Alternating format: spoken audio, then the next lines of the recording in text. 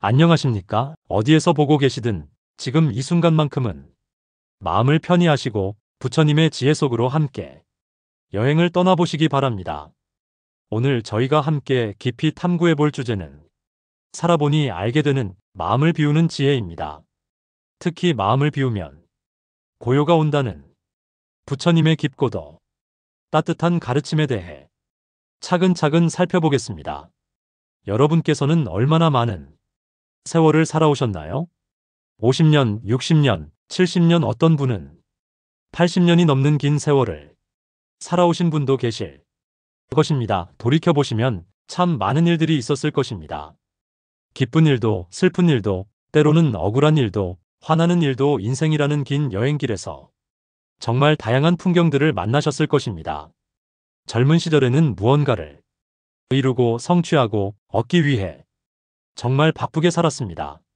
새벽부터 밤늦게까지 일하고 자녀들을 키우고 가족을 돌보고 마치 산을 오르는 등반가처럼 오로지 정상을 향해 올라가기만 했습니다. 그런데 이렇게 살아보니 문득 이런 생각이 드실 때가 있으실 겁니다. 이제는 조금 쉬어가면서 살아도 되지 않을까? 왜 마음이 이렇게 무거울까? 어떻게 하면 마음이 편해질까? 남은 인생을 어떻게 살아야 할까? 바로 이런 마음이 드실 때 부처님의 가르침이 우리에게 등대와 같은 역할을 해줍니다. 어둠 속에서 길을 잃은 배에게 방향을 알려주듯이요. 오늘 이 시간이 여러분의 마음에 작은 등불 하나를 밝혀드릴 수 있기를 간절히 바랍니다. 먼저 살아보니 알게 되는 지혜가 무엇을 의미하는지 깊이 생각해 보겠습니다. 부처님께서는 인생을 크게 4단계로 나누어 말씀하셨습니다. 첫째는 학습기입니다. 어린 시절부터 청년기까지 세상을 배우고 익히는 시기입니다. 마치 작은 새가 둥지에서 날개를 다듬는 시기와 같습니다. 둘째는 성취기입니다. 결혼을 하고 가정을 이루고 직업을 갖고 사회적 기반을 만들어가는 시기입니다. 가장 활동적이고 역동적인 시기이지요. 셋째는 완성기입니다. 사회에서 책임 있는 역할을 감당하고 후배들을 이끌어가는 시기입니다. 나무가 가장 무성한 잎을 자랑하는 시기와 같습니다. 그리고 마지막 넷째가 바로 지혜기입니다. 여러분께서 지금 계신 이 시기가 바로 지혜기입니다. 이 시기는 무엇보다 영적, 성숙이 중요한 때입니다. 많은 분들이 오해하시는 것이 있습니다. 나이가 들면 쓸모 없어진다고, 젊은 사람들에게 밀려난다고 생각하시는 분들이 계세요. 하지만 이건 큰 착각입니다. 부처님의 관점에서 보면 오랜 세월을 살아오신 지금이야말로 가장 소중하고 의미 있는 시기입니다. 왜 그럴까요? 첫째, 경험의 깊이가 다릅니다. 여러분께서는 수십 년간 인생을 살아오시면서 젊은 사람들이 아직 경험해보지 못한 것들을 많이 겪으셨습니다. 성공의 기쁨도, 실패의 아픔도, 사랑하는 사람을 떠나보내는 슬픔도, 새 생명을 맞이하는 감동도, 이런 깊은 경험들이 여러분을 단순히 나이만 많은 사람이 아니라 진정으로 성숙한 인간으로 만들어 주었습니다. 둘째, 진정으로 중요한 것이 무엇인지 아시게 됩니다.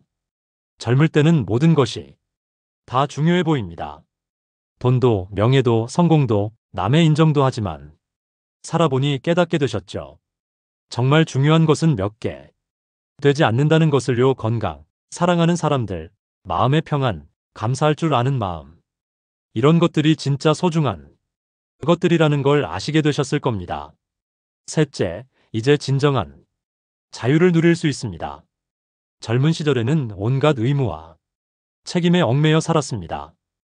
회사 일, 자녀 교육, 부모님 봉양, 사회적 체면하지만 이제는 그런 무거운 짐들을 많이 내려놓으셨습니다.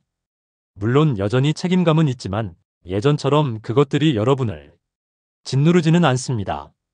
이제는 정말로 여러분 자신을 위한 시간을 가질 수 있습니다. 넷째, 영적 성장에 집중할 수 있습니다. 젊은 시절에 우리는 마치 빈 그릇을 채우려는 사람과 같았습니다. 지식도, 경험도, 재산도, 인맥도 온갖 것들로 우리 마음이라는 그릇을 가득 채우려고 했지요. 하지만 살아보니 깨닫게 되셨을 겁니다. 그릇이 너무 가득 차면 오히려 불편하다는 것을, 무겁다는 것을, 때로는 넘쳐서 흘러버린다는 것을 한 가지 이야기를 들려드리겠습니다. 옛날 어느 마을에 두 개의 물동이가 있었습니다. 하나는 완전한 물동이었고 하나는 금이 간 물동이었습니다. 매일 아침 할머니가 이 두 물동이를 지고 우물가에서 집까지 물을 길어왔습니다. 완전한 물동이는 항상 가득한 물을 집까지 가져올 수 있었지만 금간 물동이는 길가에 물을 흘리면서 집에 도착할 때면 반밖에 남지 않았습니다. 금간 물동이는 매일 부끄러웠습니다. 자신 때문에 할머니가 고생한다고 생각했거든요. 어느 날 금간 물동이가 할머니에게 말했습니다. 할머니, 죄송해요. 저 때문에 물을 많이 흘려서. 그런데 할머니가 이렇게 대답했습니다. 얘야, 네가 흘린 물 덕분에 길가에 예쁜 꽃들이 피었단다. 그 꽃들을 보며 얼마나 많은 사람들이 기뻐했는지 아니? 여러분의 오랜 삶도 마찬가지입니다. 혹시 자신이 금간 물동이 같다고 생각하고 계시나요? 예전만큼 완벽하지 못하다고, 쓸모 없어졌다고 생각하고 계시나요? 천만에요. 여러분의 삶이 흘려온 따뜻한 사랑과 지혜 덕분에 얼마나 많은 사람들이 위로를 받고 힘을 얻었는지 모릅니다.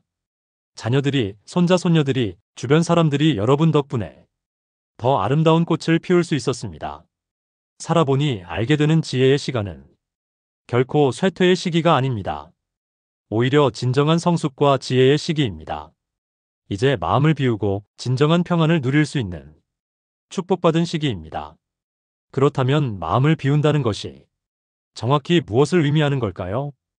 혹시 이런 오해를 하고 계시지는 않나요?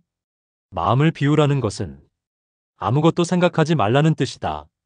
마음을 비우라는 것은 감정을 없애라는 뜻이다. 마음을 비우라는 것은 무기력하게 체념하며 살라는 뜻이다. 마음을 비우라는 것은 아무것도 하지 말고 그냥 있으라는 뜻이다 아닙니다. 부처님께서 말씀하신 마음을 비운다는 것은 이런 뜻이 전혀 아닙니다. 부처님의 가르침에서 마음을 비운다는 것은 매우 적극적이고 지혜로운 행위입니다. 마치 집을 대청소하는 것과 같습니다. 필요 없는 것들은 정리하고 버리지만 정말 소중한 것들은 더욱 빛나게 만드는 것이지요. 부처님께서는 마음을 비우는 것을 5단계로 나누어 말씀하셨습니다. 첫 번째 단계는 욕심을 비우는 것입니다. 여기서 욕심이란 무엇일까요? 꼭 필요하지 않은 것들에 대한 과도한 집착을 말합니다. 예를 들어보겠습니다. 이미 옷장에 옷이 가득한데도 새 옷을 사고 싶어하는 마음. 이미 충분히 먹을 것이 있는데도 더 맛있는 것을 찾아다니는 마음. 이미 살 집이 있는데도 더 큰 집을 갖고 싶어하는 마음. 또한 자녀들에 대한 과도한 기대도 욕심입니다. 이미 다 성인이 된 자녀들의 모든 일을 통제하고 싶어하는 마음. 자녀들이 내 기준에 맞춰 살기를 바라는 마음. 이런 욕심들이 우리를 괴롭힙니다. 욕심이 많을수록 불만도 많아집니다. 욕심이 많을수록 화도 많이 납니다. 그렇다고 해서 모든 욕심을 없애라는 뜻은 아닙니다. 건강하고 정당한 욕구는 당연히 있어야 합니다. 맛있는 음식을 먹고 싶고 좋은 곳에서 살고 싶고 가족이 행복하기를 바라는 마음. 이런 것들은 자연스러운 것입니다. 다만 과도한 욕심, 집착하는 욕심을 내려놓자는 것입니다. 한 가지 이야기를 들려드리겠습니다. 옛날 어느 부자가 있었습니다. 그는 금고에 금을 가득 쌓아놓고 매일 그것을 세는 것이 유일한 낙이었습니다. 어느 날 도둑이 들어서 금을 모두 훔쳐갔습니다. 부자는 통곡하며 괴로워했습니다. 그때 지나가던 스님이 말했습니다. 그 금을 당신이 쓰기라도 했나요? 아니요, 그냥 보기만 했을 뿐입니다. 그럼 이 돌덩이를 금고에 넣어두고 보시면 됩니다.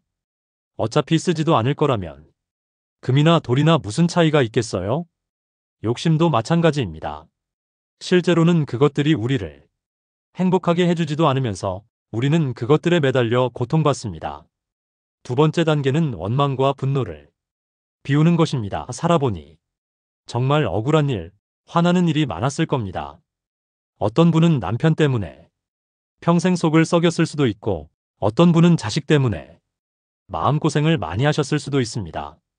직장에서 부당한 대우를 받았을 수도 있고 친구나 이웃에게 배신을 당했을 수도 있습니다. 그런 일들을 겪으면서 마음속에 원망과 분노가 쌓입니다. 왜 나에게만 이런 일이? 저 사람은 정말 나쁜 사람이야. 내가 뭘 잘못했다고 하지만 이제 살아보니 깨닫게 되셨을 겁니다. 그 원망과 분노를 계속 마음에 담고 있는 것이 누구에게 가장 해로운지를요. 바로 나 자신에게 가장 해롭다는 것을요. 부처님께서는 이렇게 말씀하셨습니다. 분노를 품고 있는 것은 다른 사람에게 던지려고 뜨거운 숯을 손에 쥐고 있는 것과 같다. 결국 자신의 손만 타게 된다. 또 이렇게도 말씀하셨습니다. 원망하는 마음으로는 원망을 이길 수 없다. 사랑하는 마음으로만 원망을 이길 수 있다.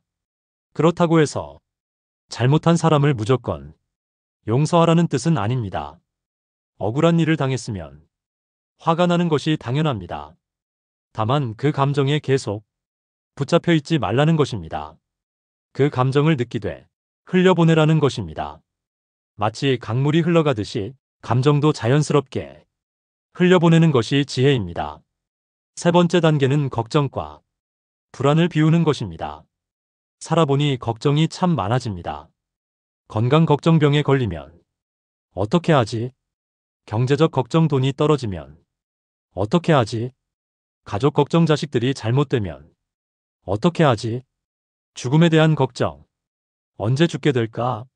하지만 부처님께서는 말씀하십니다. 대부분의 걱정은 아직 일어나지도 않은 일에 대한 것이라고.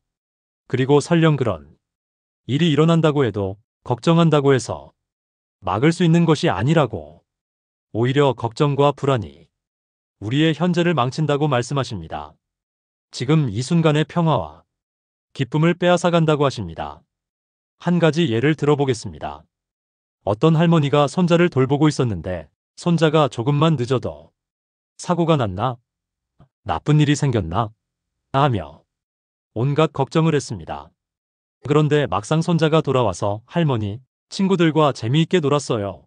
하고 환하게 웃으면 할머니의 걱정은 한순간에 다 의미 없는 것이 되었습니다. 우리의 걱정 대부분이 이런 것들입니다. 일어나지도 않을 일들을 미리 걱정하며 현재의 평안을 스스로 파괴하는 것입니다. 네 번째 단계는 후회와 자책을 비우는 것입니다.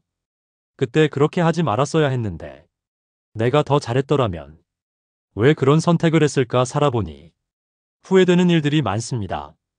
잘못된 선택들, 놓친 기회들, 상처 준 사람들. 하지만 이미 지나간 일은 바꿀 수 없습니다. 시간은 뒤로 갈 수 없습니다.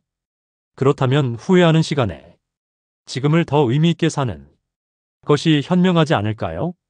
부처님께서는 말씀하십니다. 과거는 이미 지나갔고 미래는 아직 오지 않았다. 현재 이 순간만이 우리가 진정으로 살 수 있는 시간이다. 다섯 번째 단계는 죽음에 대한 두려움을 비우는 것입니다. 이것이 가장 어려운 단계일 수도 있습니다. 나이가 들수록 죽음이 가까이 느껴지기 때문입니다. 하지만 부처님께서는 죽음을 두려워할 필요가 없다고 말씀하십니다. 죽음은 단지 한 벌의 낡은 옷을 벗고 새 옷으로 갈아입는 것과 같다고 하십니다. 우리의 본질, 즉 불성은 죽지 않습니다. 몸은 사라져도 우리가 살면서 베푼 사랑과 자비, 지혜는 영원히 계속됩니다. 더 중요한 것은 죽음을 두려워하며 사는 것보다 지금 이 순간을 충실히 사는 것입니다. 이렇게 다섯 단계의 비움을 통해 우리는 진정한 자유를 얻을 수 있습니다. 이제 실제로 마음을 비우는 방법에 대해 자세히 말씀드리겠습니다. 부처님의 가르침을 바탕으로 한 구체적이고 실용적인 방법들입니다. 첫 번째는 호흡 명상입니다. 마음의 기초를 다지는 방법이지요. 가장 기본이 되는 방법입니다. 호흡은 우리가 태어나서 죽을 때까지 계속하는 가장 자연스러운 활동입니다. 준비는 이렇게 하시면 됩니다. 조용하고 편안한 장소를 찾으세요. 등받이가 있는 의자에 편안히 앉으세요. 바닥에 앉기 어려우시면 의자를 이용하시면 됩니다. 등을 곧게 펴되 긴장하지는 마세요. 눈을 가볍게 감거나 반쯤 뜨세요. 실제 방법은 이렇습니다.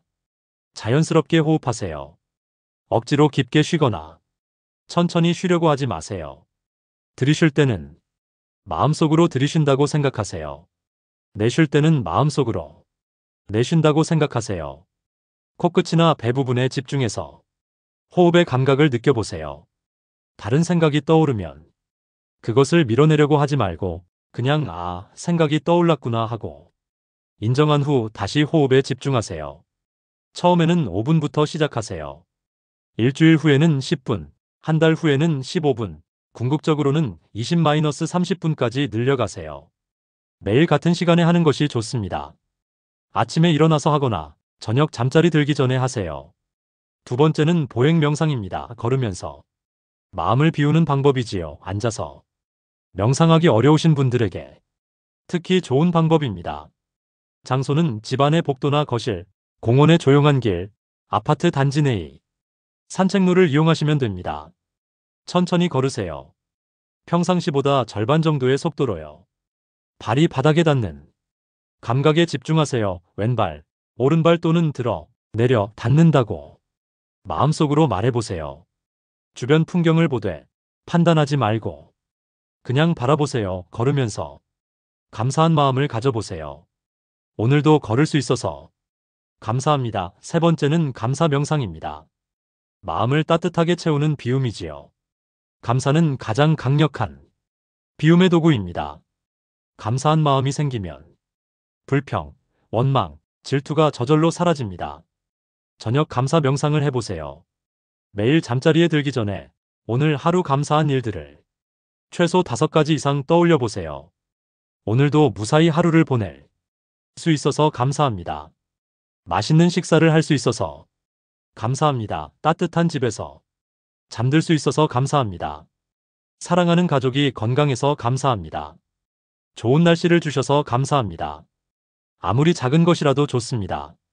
심지어 화장실에 갈 수 있어서 감사합니다. 전기가 끊어지지 않아서 감사합니다. 같은 것도 괜찮습니다.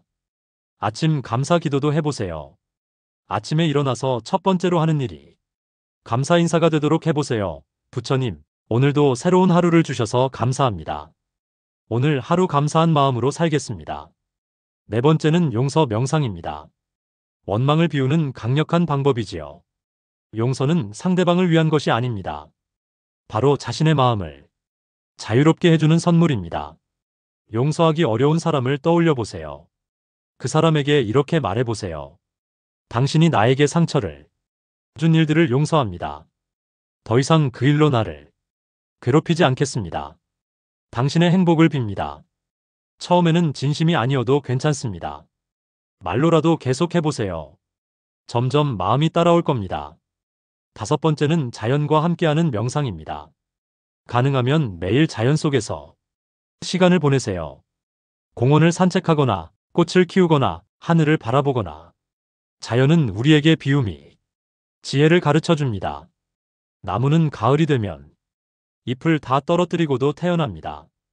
강물은 항상 흘러가면서도 평온합니다. 꽃을 보면서 이렇게 생각해 보세요.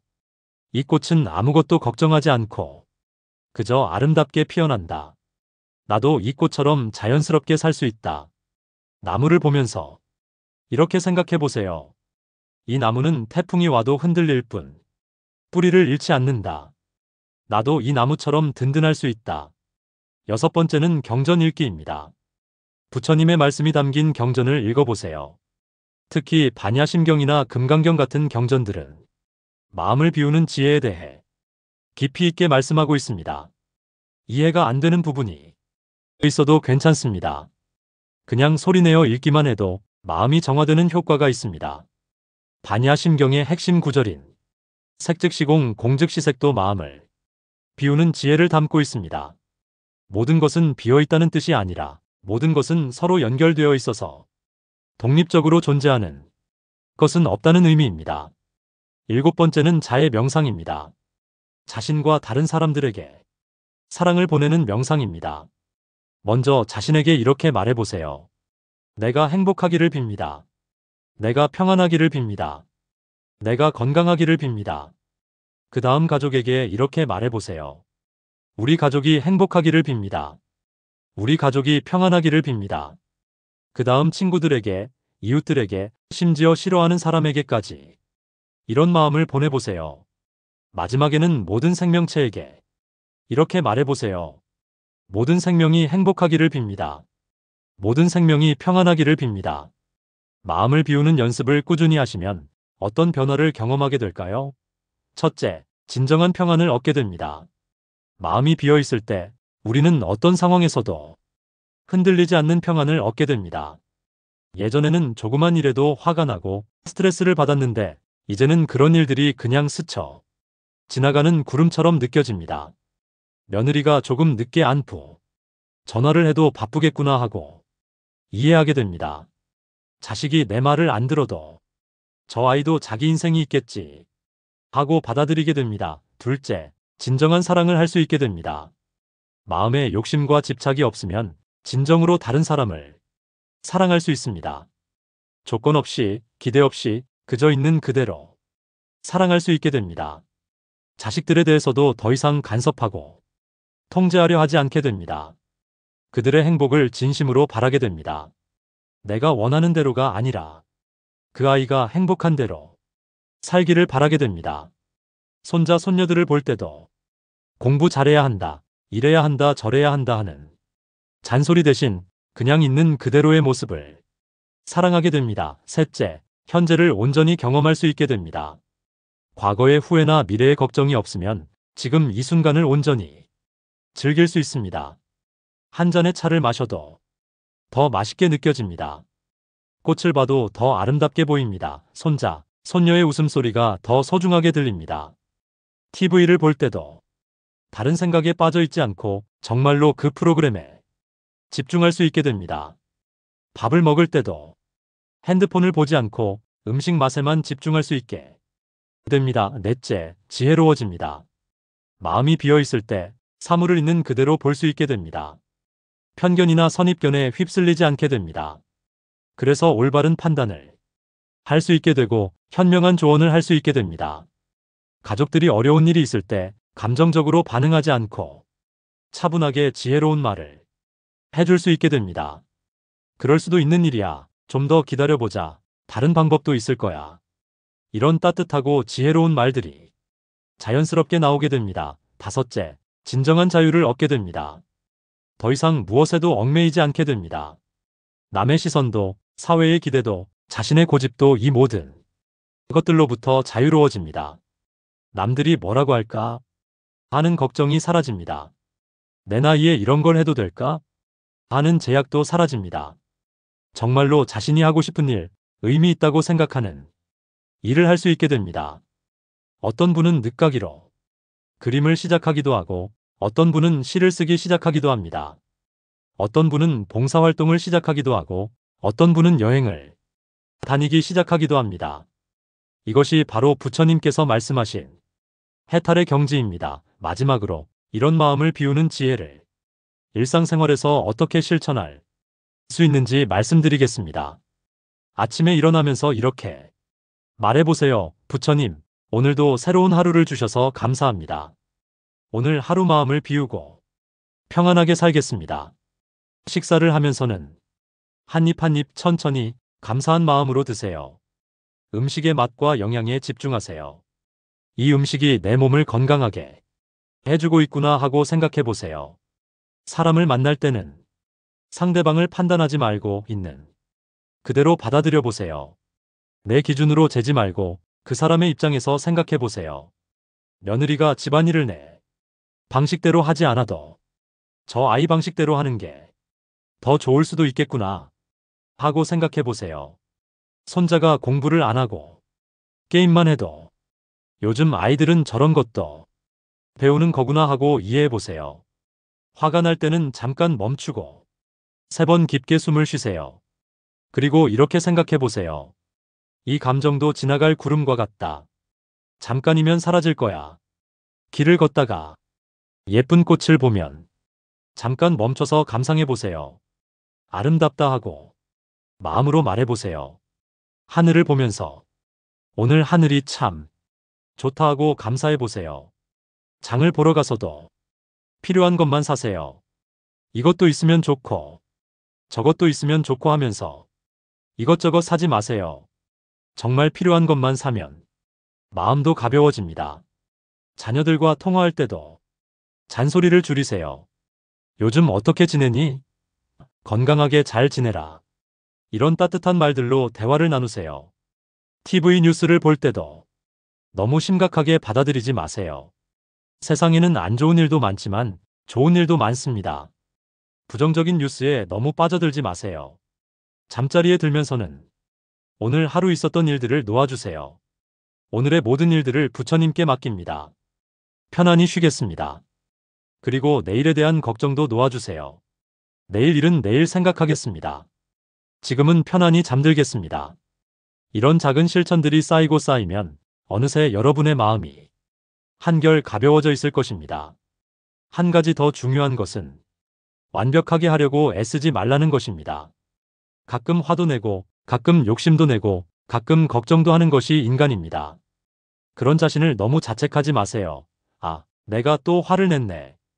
다음에는 조금 더 잘해보자 하고 자신을 따뜻하게 바라봐 주세요. 부처님께서도 말씀하셨습니다. 수행은 하루아침에 되는 것이 아니다. 평생에 걸쳐 조금씩 해나가는 것이다.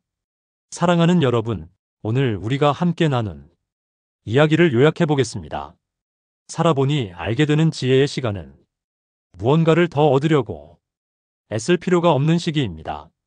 오히려 마음을 비워내면서 진정한 평안과 자유를 얻을 수 있는 소중한 시기입니다. 마음을 비운다는 것은 무기력해지라는 뜻이 아닙니다. 욕심과 집착, 원망과 분노, 걱정과 불안을 내려놓고 현재 이 순간을 온전히 살라는 뜻입니다. 호흡 명상, 보행 명상, 감사 명상, 용서 명상, 자연과 함께하는 명상, 경전 읽기, 자해 명상 이런 구체적인 방법들을 통해 조금씩 마음을 비워갈 수 있습니다.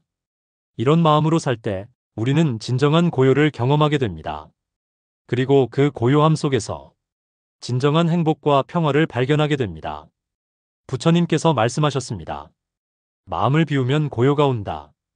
고요함 속에서 지혜가 꽃핀다. 지혜로운 자는 진정으로 자유롭다. 여러분께서 살아오신 긴 세월이 이런 지혜와 자유로 가득하기를 진심으로 기원합니다. 여러분의 남은 인생이 마음의 평안과 기쁨으로 가득하기를 바랍니다. 여러분께서 베푸신 사랑과 지혜가 자녀들과 손자 손녀들에게 그리고 주변의 모든 사람들에게 아름다운 꽃이 되어 피어나기를 바랍니다. 오늘도 이렇게 긴 시간 함께 해주셔서 진심으로 감사드립니다. 부처님의 자비와 지혜가 여러분과 여러분의 가정에 항상 함께 하시길 간절히 기원합니다.